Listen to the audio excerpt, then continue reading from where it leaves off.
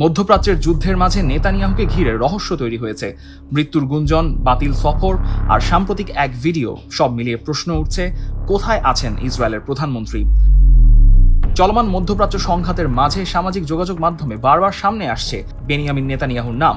বিশেষ করে ইরানি ক্ষেপণাস্ত্র হামলায় তিনি নিহত হয়েছেন এমন গুঞ্জন খুব দ্রুত ছড়িয়ে পড়ে। ইরানের আধা সরকারি সংবাদ মাধ্যম তাসনিম নিউজ প্রথম এই দাবি তোলে। তারা জানায়, ইরানি হামলায় নেতানিয়াহু নিহত হয়েছেন এবং একই ঘটনায় ইসরায়েলের জাতীয় নিরাপত্তা মন্ত্রী ইতামার বেন গাভির আহত হয়েছেন।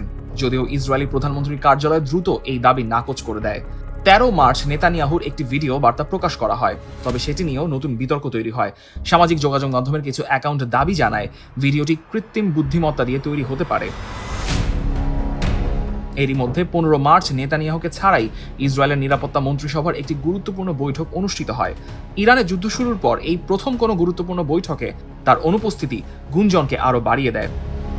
একই দিনে তার টেলিগ্রাম অ্যাকাউন্টে নতুন একটি ভিডিও প্রকাশ করা হয়, যেখানে তাকে কফি পান করতে এবং সহকর্মীদের সঙ্গে কথা বলতে দেখা যায়। তবে সম্প্রতি তাকে প্রকাশ্যে কোথাও দেখা না যাওয়ায় প্রশ্ন থেকেই যাচ্ছে, আসলে কোথায় আছেন বেনিয়ামিন নেতানিয়াহু?